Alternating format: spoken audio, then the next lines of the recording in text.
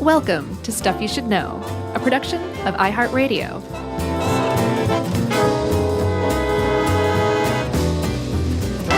Hey, and welcome to the podcast. I'm Josh Clark, and there's Charles W. Chuck Bryant, and it's just two of us again. Man. Not getting any easier. This is just, it's getting old. It is, man. We need Jerry back. Where are you, Jerry? Where'd you go? I know. Selfish Jerry wants to be at home with her baby. Yeah. We all went to shopping at Kmart, and she wandered off, and we haven't seen her since. We all want to be at home with Jerry's baby. Sure, it's a cute baby. But we can't be. You know the old joke that Jerry could be replaced with one of those dipping birds just to hit record? Yeah. We were just kidding. That's happening. It's true. It is true. Maybe not the post-production stuff, but definitely the recording thing. It clearly takes a finger to say, okay, you guys are rolling. Man, Yep. We cannot stop griping about this time. I know. It's just weird, you know. When a threesome becomes a twosome, things get awkward. Yeah. A triad becomes a dyad. Or when a twosome becomes a threesome, that gets super awkward. Or, I mean, really, anytime you're moving people in and out of some sort of dynamic, Sure. It can be weird. That's right. The transition can be rough. I think that's what you put on the T-shirt ultimately. Yeah. Right? The transition is rough. Anytime you're moving people in and out of a dynamic. Ready? Yes. Didn't we say that already? Yeah, we're recording. Chuck, I have something for you. You All ready? I am not much of a gossip at all. I just don't do it. Yeah, good. But do you know who does? Jerry. A lot. And she's really vicious. I know she's not here right now. Yeah. But just between the two of us, I don't gossip. Jerry does. And you should really watch out for her. I heard that she gossips. I'm not saying that, but I just heard that. I gotcha. Well, I've seen her do it. She's gossiped to me because she finds me very important and likes to confide in me, but it's just so vicious. So we just gossiped. We did. That was play acting. The ironic thing was that I was gossiping about how I don't gossip. Yeah. That came through, huh? Everybody gossips. Yeah, I guess so. I mean, apparently people gossip way more than they realize. But I think you're right. I think gossip is a normal thing. It has such a bad connotation, though, that people say, like, I don't gossip. I'm not a gossip. But liars. Technically, not necessarily even liars. I think it also, as far as like linguists and psychologists are concerned, it comes from a misunderstanding of what constitutes gossip. That's right. Like at its basic, bare-bottomed element, gossip is simply two, or it can be more, but a couple of people speaking about a third person's business while the third person isn't there. There's another person who's being talked about who isn't there. It doesn't necessarily mean you're talking about how they're just what a lousy parent they are. Sure, spending baby shoe money on gambling rather than gambling in order to get more shoes. Yeah. That's bad parenting right there. There's all sorts of stuff you can say. But you could also say, actually, that guy is a great dude. He spends all of his money on nothing but baby shoes. That's gossip. It is gossip, and it's not necessarily harmful. It's in this case, you're helping someone else's social status in the other people's eyes. That's still gossip. Yeah, I think Tracy of Stuff You Missed in History class wrote this one. That is true. She's always thorough. And she included in here something I thought was pretty pertinent, gossip v. rumor.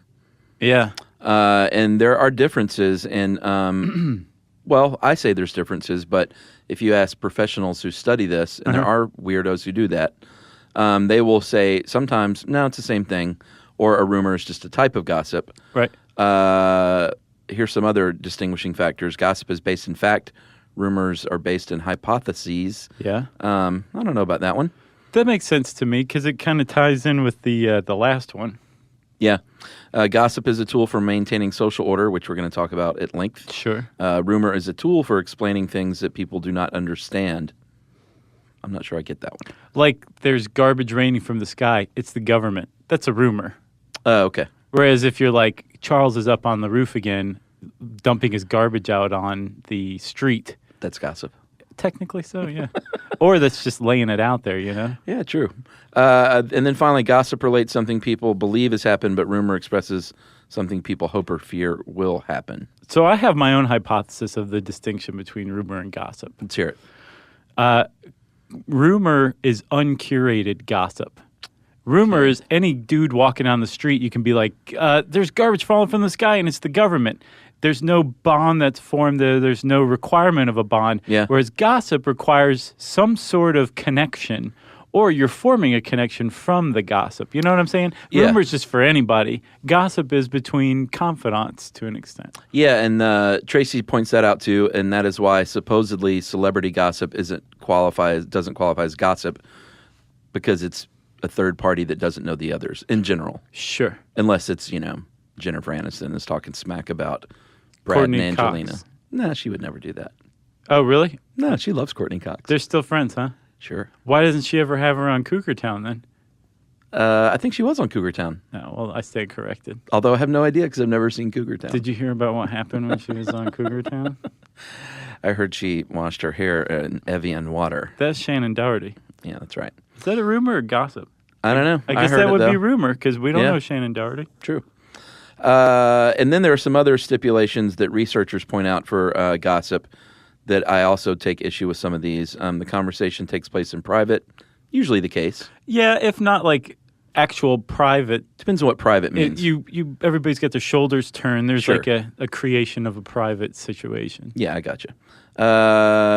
People are saying it as if it were fact, even though it's not confirmed. That's definitely true.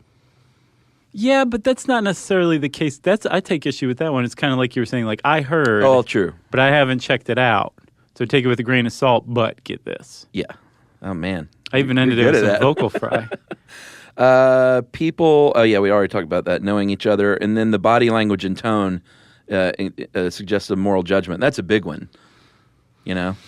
Like when people use this tone. But again, that's malicious gossip, typically. There's Sure. such a thing. So it should be said, and Tracy doesn't really say it in this. I think she was drinking while she was writing this one. That's what I heard. She didn't lay out that there's really two types of gossip. One is malicious gossip. That's Sure. the type of gossip people think about when they hear the word gossip. But the other type, the apparently far more prevalent type, is regular gossip. Yeah. Wasn't there Gossip. some weird unsubstantiated stat here that 5% was malicious Yeah. among most gossip? Yeah. How in the world did they pull that out of their keister? That's a great question. And who is they? So they are linguists, historians, anthropologists, psychologists, people who started studying gossip. For a very long time, everyone's aware of gossip, but they're like, it's just noise. It's Yeah. not to be studied. It's not worth our time. It's to be ignored. And as a matter of fact, there's this really great article in The Atlantic that talked about gossip and how it was viewed. And specifically, there was this thing in 16th and 17th century England They didn't like it. called a scold's bridle. And if you want to see what a scold's bridle is, you should check that out online because there are actual such things. But they're basically iron masks with like points sticking into the woman who was accused of gossip's mouth. Usually a woman. And she would just have to wear that and be publicly humiliated. A lot of them had like a leash leading from them. So I guess the gossip, or the scold is what they used to call them, could be paraded around town, right? Yeah, and I also get the feeling that a lot of women were probably made to wear those who just talk too much. Yeah, I have the same impression as well. Because of the time period, of Right. course. So that's how people typically viewed gossip. It was something to be stamped out. It was something that was very undesirable, and academia treated it the same way. Yeah. Then World War II came around, and I think the government saw that there was some real harm that could be done with gossip, with rumors, and they wanted to start to understand that. So that kind of led to the basis of academia investigating what gossip was, what rumors are. Yeah. And then over time, organizations got in on the act because there came this idea that if the rumor mill or the gossip mill in your office was really going overtime, Yeah. you needed to stamp that out. True. They've found the opposite is actually true. Yeah, they found it can do a lot in a workplace to keep people in line, either by scaring them in line or what it seems like a lot of gossip does in that kind of environment is it establishes like the norms and the cultures expected Right. out of the bosses. That's like low level background gossip. Yeah. If it's peaking and really working overtime, Yeah. from what I understand, you're not supposed to attack the gossips what you're supposed to do is be more transparent at the top, and then people don't have reason to gossip. Right. So it doesn't mean that you have a lot of gossips at your place. That's a normal human situation, as we'll see. Yeah. It means that your managers and the people who are running the show aren't being open enough for the hoi polloi's tastes. Right. See what I mean? Yeah, good point. And that was a big thing that came out of studying it. But to answer your question, I'm about to finish. Yeah. They study it by eavesdropping on like people who are talking in cafeterias. That's how about the only way you can. Yeah, because it's so spontaneous and it's largely unconscious. Yeah, unless it's, just some dumb poll where you're asking people about gossip, and self-reporting polls like that, I don't put a lot of stock in. Well, actually, they're funny to look at. There's one that found that we spend about 3/4 of our time gossiping, apparently. Yeah, and that's in the broadest sense of the definition. Right. Not necessarily malicious. Yeah. Because about 5% of that supposedly is malicious. But people self-report gossiping they say they spend about 30% of their time. So rather than 75%, people are like, oh, I only gossip like 30%. Yeah. And all that comes from eavesdropping on people and then asking them afterwards whether they gossip. Tracy points out, rightfully so, that most world religions have always said gossip is a bad thing. Including the Christian Bible. In Leviticus, thou shalt not go up and down as a talebearer among thy people. Ooh, that was good. By the way, I want to echo the kudos that have rung throughout social media, applauding your scary spider-growing redneck man in the Halloween episode. It was Cletus the slack-jawed yokel, sort of, and my friend Big John. Well, it was good. It was a mashup. I appreciate that. Was Big John in New York? No, he's in Atlanta. Oh, okay. I actually thought your vomit take was the funniest part of the whole thing. The gag? Yeah. Thank you. Jewish Torah always also says so. In Buddhism, we've talked about Buddhism before, the Eightfold Path to Enlightenment. No place for gossip there, my friend. No way. Not if you want to become one with the universe. No. No gossiping. And like I said earlier, too, it's not just the religious types that are against it. People remember the business world kind of started looking in on this, and they're like, don't gossip. If you want to be a good person, don't gossip. Unless you're spreading a gossip rumor that we want you to spread. Right, that's the official company line. And then there's this dude, Robin Dunbar, who wrote a book called Grooming, Gossip, and the Evolution of Language. And I looked into this guy. He really goes for it. He says that gossip is the whole reason that we have language. And it evolved from primates grooming each other, and that took so much time to groom one another, and it wasn't efficient, that language was created in order to not have to groom one another, and so you would vocal groom, is what he called it. So this is kind of a big deal. Let's take a break for a second, because we're pretty deep into this. And we'll talk about Dunbar and his mad ideas after this.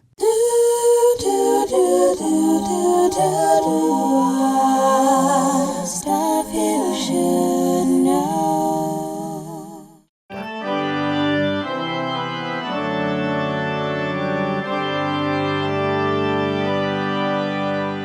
All right, Dunbar. Can't put him off any longer. Robin Dunbar. Yeah, that's a pretty out there theory, I think. Like Dunbar is saying, we developed language so we could gossip, in essence. Yeah, the tie to grooming is where he loses me a bit. And vocal grooming, he says basically it was a more efficient way to service your allies rather than grooming one another. Right. So I think what he's saying is that when a primate grooms another primate, it's an act of kindness. Yeah. It's saying, like, I'm doing something nice for you. It gives the other primate who's being groomed an opportunity to reciprocate and form an even stronger bond, right? You scratch my back. But it takes a little while to do all this stuff because you're actually going through the act of grooming. Yeah. Whereas if you just gossip about somebody, you can do a lot of that same stuff, but just by talking. Yeah, but I don't get what it has to do with picking nits out of fur. I think what he's saying is it developed out of that. Okay. It serves a lot of the same purposes. Plus, also, it's entirely possible that gossip began around the time or I guess during grooming sessions. Think about it. If you're just sitting there picking nits out of somebody, are you just going to sit there silently, not chat? Yeah, sure. Start chatting.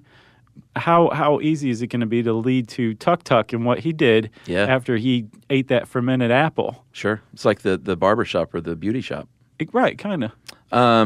There are some different roles, though, that it does play in social interactions where I guess the grooming thing comes into play. Entertaining one another, like you said, influence on one another. That's a big one. Exchanging information, that's important. And one of the biggest ones is learning from mistakes that linguists point out is a really big part of gossip, or a part of positive gossip, in that there's oftentimes a moral lesson attached to it. Yeah. Like, you don't want this to happen to you. Right. No, exactly. And it kind of, in that respect, it gets across somebody who's perhaps a little more established in a group, maybe an older person. Like, ingratiate yourself. Right. But it's also saying, like, I'm a part of this group. You're a little newer than I am. Let me tell you the story about what this guy did when he transgressed against the group. Yeah. And bad things befell him. Like you said, don't let this happen to you. Don't transgress the group's boundaries. Right, and that's important. If you're like a new hire, they say a lot of gossip flies. Like, I remember the movie Big. Remember when Tom Hanks gets hired? Mm-hmm. Like, the very first thing that happens is John Lovitz comes over and starts talking about all the gossip of everyone in the office. I don't remember that part. Oh yeah, he talks about, like, this lady's easy and this guy's a jerk, and it's just pretty common. I think when you get a new job, there's always someone in there that's like. And what they're doing, though, is they're not just. It's not. Purely, they're trying to help themselves. It's socialization. It's indoctrination. Oh, that is not what I thought you were going to say. No, like, I think they're trying to be like, well, here's a new ally I can get. Right. Yeah. So let me, you know, I mean, it's reciprocal, I guess, to a certain degree. Yeah. Both people are getting something out of it. But yeah. I mean, you make a good point. The person who is doing the gossiping, especially in that situation, is setting themselves up as a wise, older, sager advisor. Like, I know this place. You come to me. Yeah. If you want some information. What you'll find, though, over the years is that usually the first person who comes up and starts gossiping to you about how the office works is usually also the most disliked. Yeah. You know? Sure. That's why they cast John Lovitz. Yeah, he's great for that. That, or the dude with the forehead the size of a dinner plate who was in all the 80s movies as that same character. Was he the jerk in Big? I don't know. Is it the dad from Home Alone? No. This is the coked up sidekick from the 80s with the huge forehead. He was in what was he Mad in About Big? You. He was the sidekick in Mad About You. Oh, that guy. Yeah. Yeah. Same function. Yeah, he's in that show now with Joey Tribbiani. What's it called? Joey? No. Melissa and Joey. No, he's on a different... Oh, episodes. Yeah, he's on episodes too. Okay. Great show. Does he play himself? No, he plays a jerk TV executive. Perfect. Yeah, exactly. I love that guy, though. He's such a good actor. No, that's what I'm saying. But he always plays that part. He's got that part down. You're right. He's not a romantic lead. A lot of times, the feeling of superiority is another big part of gossip. Yeah. Like, I would never do this. Right. And Tracy also points out the old Schadenfreude, which is one of my favorite words. It's a good word. And one of my least favorite things. You must be very ambivalent about that word. What do you mean? Well, if you love it, but you also hate what it means, well, it's got to tear you up inside. A little. Well, I just don't like someone delighting in someone else's misfortune, unless it's a bad person. Yeah. Like if the Jimmy John's guy shot his toe off on a big game hunt. Well, yeah, he's a big game hunter. I would probably think that was kind of sure, just desserts. I think that's acceptable Schadenfreude. Okay, especially if it was just a relatively minor injury. You go Schaden. Yeah, you say Schadenfreude. That's how I say it. So Chuck, kind of what a couple of we're kind of dancing back and forth across this line, like going to the office, setting up the first day, and having somebody come over and tell you how the things work. Yes, there might be a little bit of malicious gossip in there, but for the most part, that's not bad gossip. That's neutral gossip, right? Yes. But putting someone else down or talking about how much superior you are by you would never do what they did, that's definitely the malicious variety. And there's an idea that if gossip evolved like Robin Leach? Yeah, like Robin Leach says Uh-huh. in his post rich and famous career, he Yeah. became an anthropologist. Robin Leach says that if language evolved as a means of gossiping, the guy takes it further by saying the reason gossip evolved, the reason we needed that in the first place, was because we grew out of these little hunter-gatherer bands of like 15 people. Yeah. And as our societies grew larger and larger, we weren't as able to keep tabs personally on others in this group that's getting bigger and bigger. So you don't know who to trust. Yeah. If I'm going to leave my crops with somebody while I go on a walkabout or something, I need to make sure that all my crops are going to be there when I get back, you know? But I don't really know this guy. Gossiping serves that function. It's like a stand-in for being able to keep tabs on everybody else in the society, because when you gossip with somebody, you're sharing a trust, a bond, that they're not going to use that information against you that you shared with them. That's right. And so there's a definite element of trust to it. And when people gossip in a larger society, they're trusting that the person is either vouching for the person or they're being warned against trusting that third party, right? Right. So it works in that same way, that it's like it's a means of keeping tabs on everybody at the same time. On the other hand, or at the same time, it's also a means of social control. Yeah. Because if you know people are gossiping about everybody else, then surely they're going to gossip about you too, which means you better just be an upstanding, upright person. Yeah, there was this what's his first name? Feinberg? Let's just say Dr. Feinberg. Dr. Feinberg. At Toronto, in Toronto, University of Toronto. He's done some studies, and he did find, in fact, that basically they did these studies where there were you were allowed to exclude non-cooperators in like a group work setting. Right. And they found that you sit them out for one game, like you've not been playing nicely, so you go sit over there in the corner. And when they came back, they were more likely to behave in other rounds. And if they knew that their behavior was gossiped about, people, sort of like what you're talking about with the staring. Like if you knew someone was watching you, you would return the grocery cart.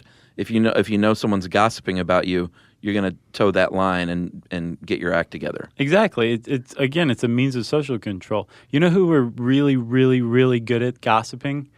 The Puritans in colonial America. Oh, I bet. They were huge. Like their whole society operated on gossip and the encouragement of gossip. As a matter of fact, I think women were called gossips. And not necessarily negatively. It's just like that was a really good means of social control. Not only was God watching you, your neighbors were too, and they would go tell the preacher, who would put a scold's bridle on you, and maybe them too for telling. And toss you in the lake. Yeah. And if you drowned, you weren't a witch. Right. All right, well, let's take another break, and we'll talk a little bit more about some studies and some other theories about the origins of gossip.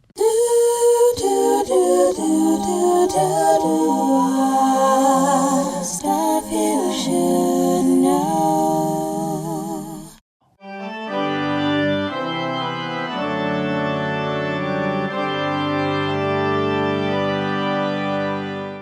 So Feinberg, we talked about the Dr. doctor. Feinberg? Uh-huh. Yeah, okay. I hope he or she is a doctor. But if not, we just gave him an honorary doctorate. Honorary doctorate from Stuff You Should Know You. People are going to request those now, which is great. Well, we can sell them. So one thing that he found is that gossip can also relieve you physiologically. Like if you know that you're allowed to gossip, you won't get as upset about unfair things than if you had to hold it all in. Or it's like a way of setting injustice right. Yeah. You know? It's street justice. Right. Cubicle Except justice. Without like a sawed-off shotgun, as Charles Bronson would dispense it, right? Yeah, good point. Man, have you gone back and seen Death Wish recently? That is a rough movie. Yeah, of course. Same with Death Wish 2. What did you think it was? I mean, I remember seeing movies when I was a kid and just being like, you know, growing up, you're like, this was nothing. Yeah. That was something. Those movies were very violent and very disturbing. You see, Charles Bronson did not ask questions. No, he just shot everybody. He did. Man, that was crazy. Why'd you go back and rewatch Death Wish? Gotta watch something. Good point. It was on. That's why. Gotcha. I was like, I haven't seen Death Wish in forever. When's the last time you saw it? Oh, it's been a while. It's disturbing. Yeah? Especially as an adult. You know what movie I love? What Charles Bronson movie I love is... The Mechanic? Well, that one's good too. Yeah. What's it called? 10 Past Midnight? Is that right? I think that's on Netflix too, maybe. There was some creepy serial killer. Yeah. Like psychosexual killer Yeah. that he's always hunting somebody. He was Right. the Liam Neeson of his day. So that was like supposedly a very, very underrated horror thriller. Yeah. Like horror slasher thriller. I'm with you all the way. I haven't seen it. It's good though. It's good. I'll check it out. Very creepy. And I learned, well, it's not for kids. Because I learned some things in that movie. Oh, yeah? Yeah. It's one of those I can specifically remember. It's like, oh, well, that's how I know what this is. Right. Charles Bronson will teach you all about life, whether you want to learn it or not. I think it was 10 Past Midnight. All right. Sorry about that sidetrack. Where were we? We were talking about the origins of gossip. Oh, yeah. There's did you read that other article I sent? I think it was from The Guardian. I can't remember. Where one of the theories is that... That was BBC. Oh, it was a BBC that Yeah. hunting and gathering and foraging was a big reason gossiping came about because you had to talk about each other. Like, Tuk Tuk, is not very good at Right. the hunting, but he's quite the gatherer. So it helps them organize Oh, yeah. in the most efficient way to get things done. Right. Because how else are you going to know unless you tell somebody what's going on? Right. So that makes sense. No, it is. And again, if this person, if the band is large enough or the civilization is large enough that the person can't keep an eye on Tuk Tuk all the time, that's how that person will gain understanding of Tuk Tuk's abilities. Poor Tuk Tuk. Keeping tabs on poor Tuk Tuk. And then the other cool thing I thought was when we finally learned to harness fire, this hypothesis is during the day we were out, trying to stay alive and doing our thing, building shelters, hunting for food, finding water. Yeah. And at night, when we finally got fire, well, before fire, you would just go to sleep and rest because it was dark. And it's weird to sit around in the dark. But once they had fire, people literally from the very beginning started sitting around and talking about their day. Right. And kind of gossiping about what happened. Right. And Which it's is amazing. It's hard to blame anybody. If you think about it, like, when's the last time you had a legitimately interesting conversation about fantastical stuff? They're few and far between. For the most part, people are talking about their day. They're talking about people they work with. Right. They're talking about some dude that cut them off in traffic. They're talking about their immediate experience. So, of course, you're going to gossip. It's this. If the definition of gossip is talking about people who aren't there, Yeah. you're right. Everyone gossips. You're going to. It's a completely natural thing. And I'm totally unsurprised by the idea that it started out at the first campfire. Well, Sure it did, of course. And it still happens today, apparently. There are researchers who studied Bushmen in the Kalahari Desert in Botswana, and they say that the language and the stories and the things they say during the day are completely different than the things they say at night around the campfire. And they say there's really no reason to think this hasn't always been the case. Huh, that's neat. Yeah.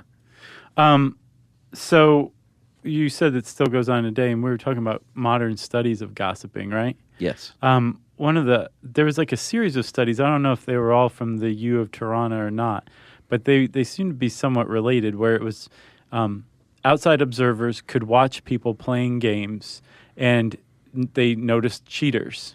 So they had this information about cheaters that the people playing the games didn't have about the cheaters. Right.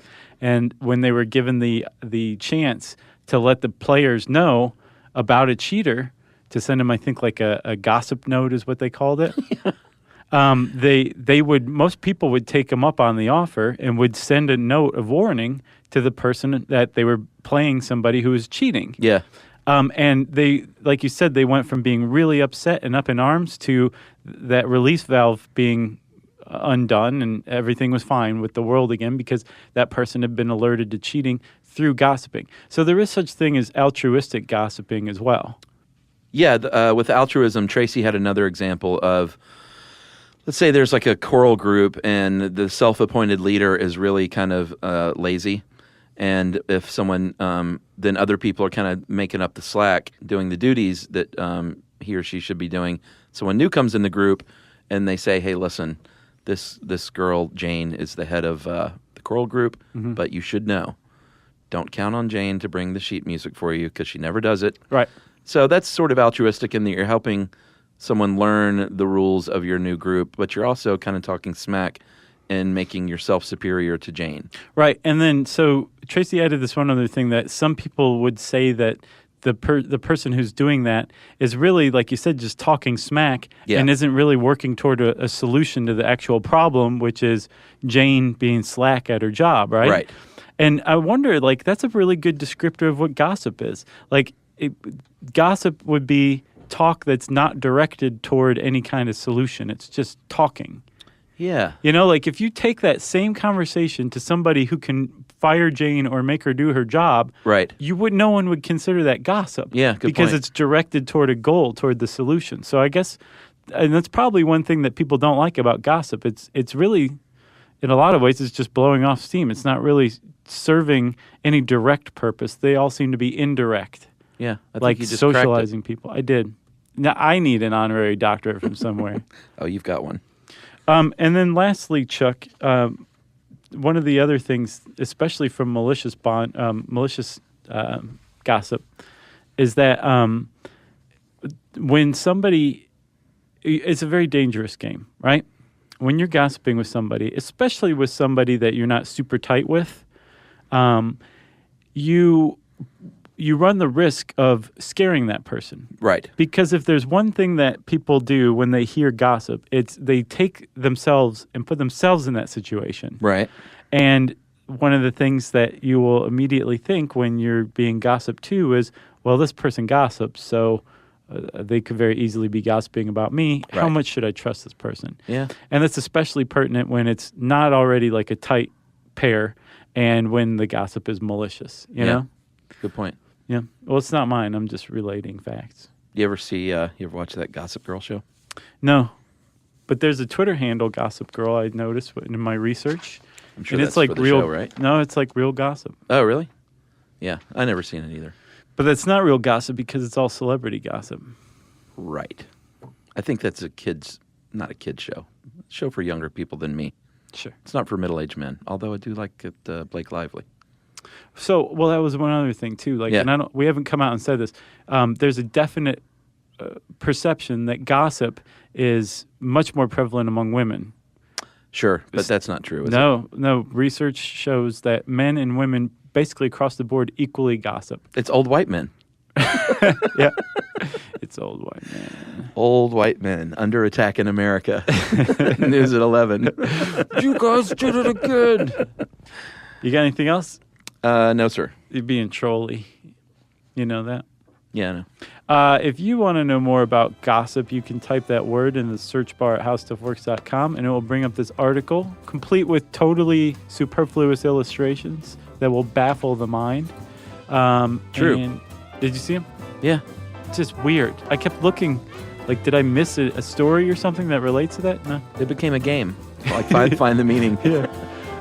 And I think I said search bar, and I think I said how stuff works, but either way, it's time for listener mail. I'm going to call this Disney ban. Hello, Chuck, Josh, and Jerry, and Neil. Really? Wasn't Neil the chair? No, Frank was the chair. I think he means Noel, No, probably so. which is hilarious. Poor Neil. I've been listening for a few months now, binging episodes like, I can't say what she says. I just listened to your part 1 of Fairy Tales last night on my way to work. The reason I'm writing is about the original Little Mermaid story. When I was growing up, my parents were hardcore Southern Baptists. During my childhood, the Southern Baptist Convention did not like that Disney was friendly toward homosexuals and supported evolution, so they called on all the churches to boycott Disney. So my parents, the good Southern Baptists that they were, took everything Disney out of our house, and we weren't allowed to have any Disney clothes or watch the Disney Channel, and of course no Disney movies. So when the Disney version of The Little Mermaid came out in 1991, I was in first grade. All my friends watched it and loved it. My mom was at a loss. Luckily, Golden Films released their own version of The Little Mermaid, and my mom bought it. I watched this many times as a child, honestly thinking this was the only version. Didn't learn until a few years later when I saw the original at a friend's house. Boy, I bet she felt like I'm watching The Little Mermaid. It's in color?